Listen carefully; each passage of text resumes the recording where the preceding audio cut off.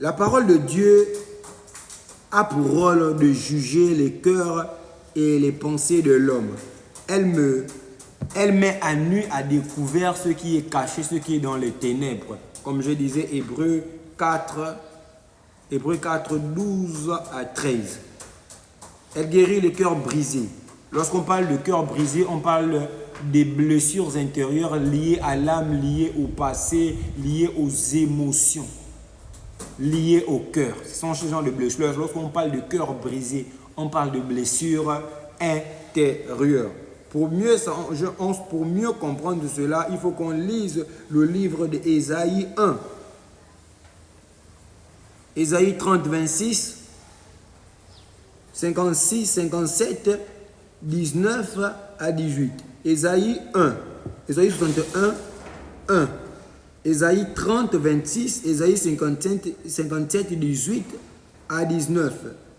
Jérémie 30, 17, 33.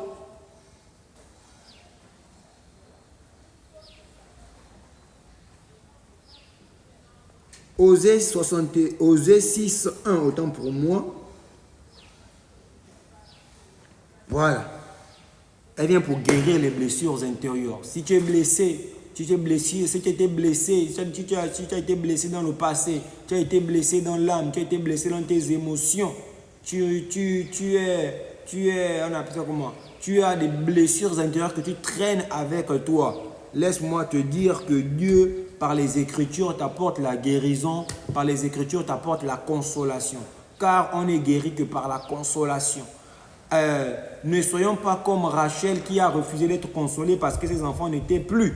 Nous devons accepter la consolation que donnent les Écritures, que donne Dieu. Ne soyons pas comme Jacob qui a changé même son nom alors qu'il était déjà appelé Israël. Il est redevenu à Jacob. Il est retenu dans ces choses d'avant. Il n'a pas accepté la consolation que ses enfants l'apportaient. Il n'a même pas accepté la consolation. Pourquoi? Parce que Joseph, son fils, n'était plus. Pourquoi? Parce que lorsque sa femme était morte, c'est Joseph qui, rien qu'en regardant Joseph ou Benjamin, il était consolé. Et lorsque Joseph encore, il apprend que Joseph, entre griffes, est mort, vraiment, il dit pour moi, il n'y a plus de consolation. Donc, il est retourné. Il est retourné à Jacob. Il est retourné à sa vie d'avant. Donc nous devons accepter la consolation que nous donne Dieu. Nous devons accepter la consolation que nous donnent les Écritures. Alléluia.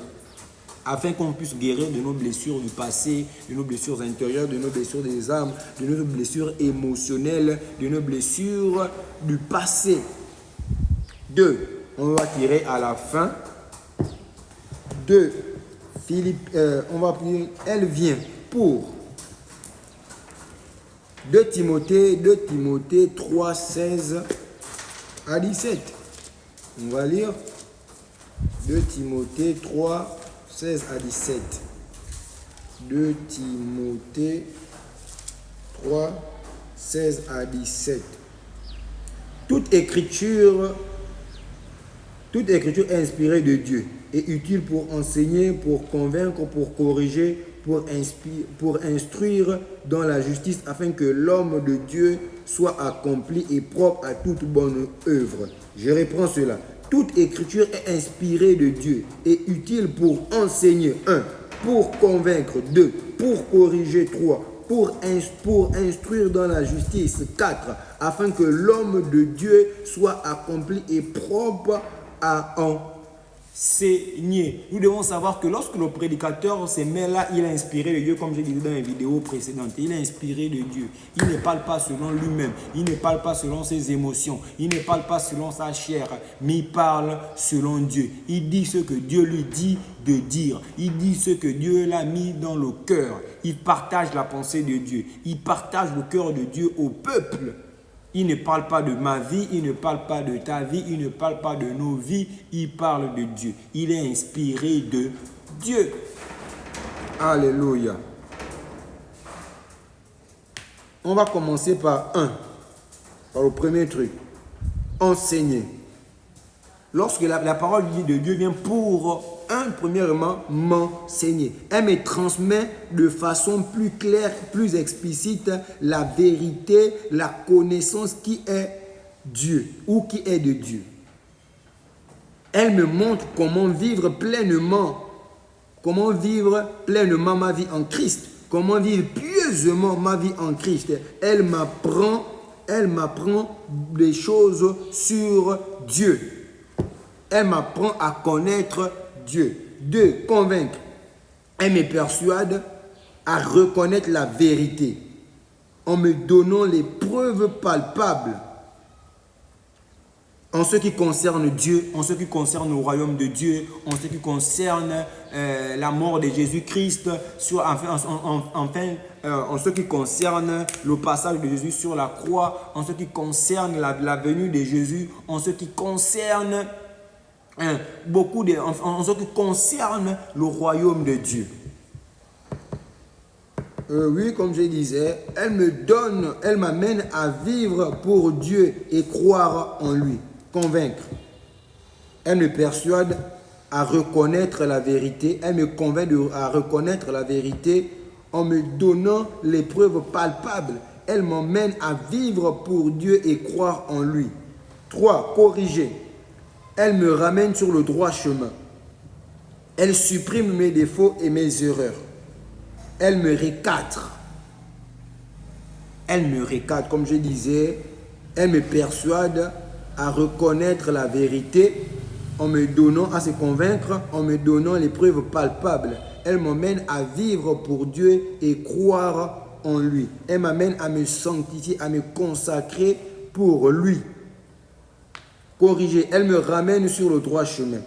Parce qu'on ramène une personne sur le droit chemin, on ne ramène que sur le droit chemin une personne qui s'est égarée. Amen.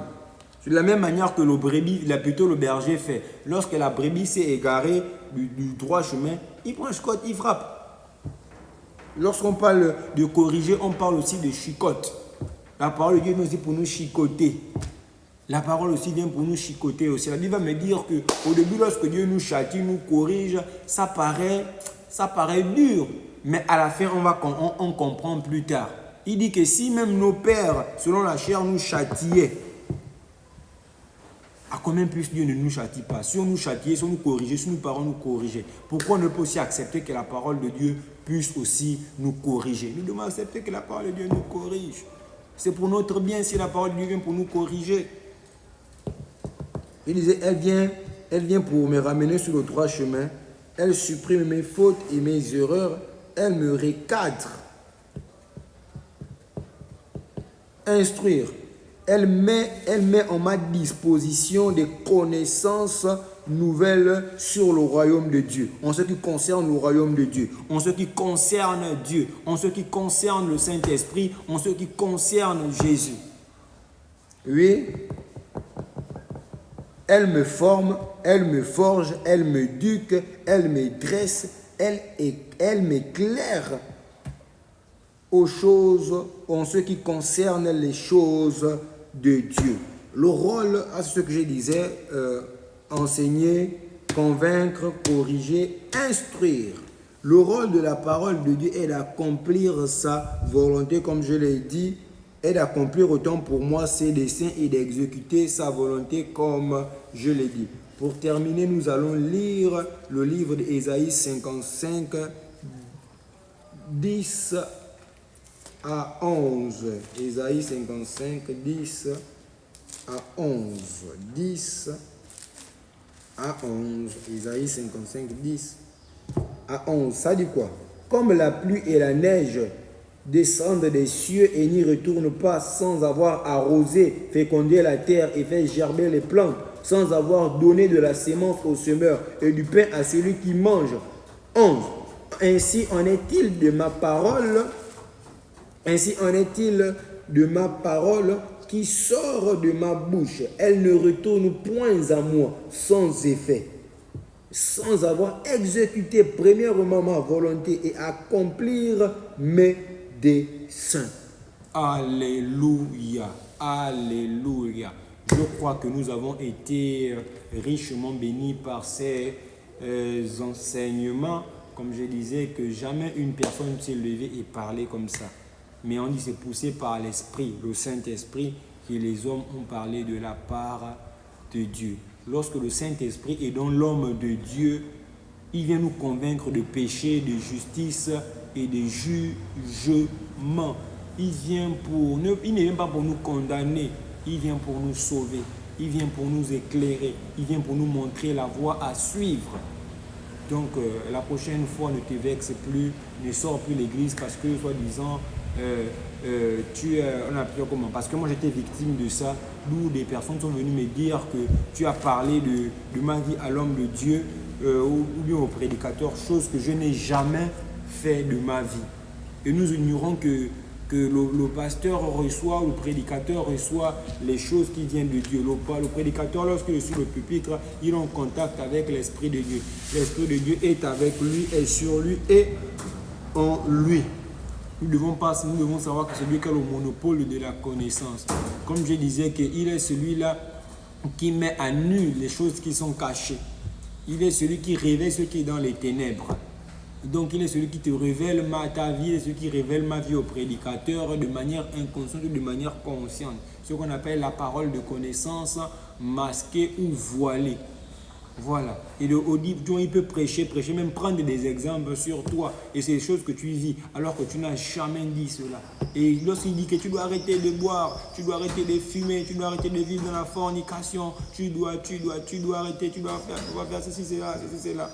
Toi, ne sois pas triste. Ne sois pas dit que ne dis pas que le prédicateur parle de ma vie, mais toi, commence à te remettre en question, à te poser des bonnes questions. Et dis que si l'homme de Dieu a parlé alors qu'il ne connaît pas ma vie, c'est que c'est Dieu qui me parle, c'est que c'est Dieu qui veut que je change. Et toi maintenant, et nous maintenant, adoptons une attitude de repentance.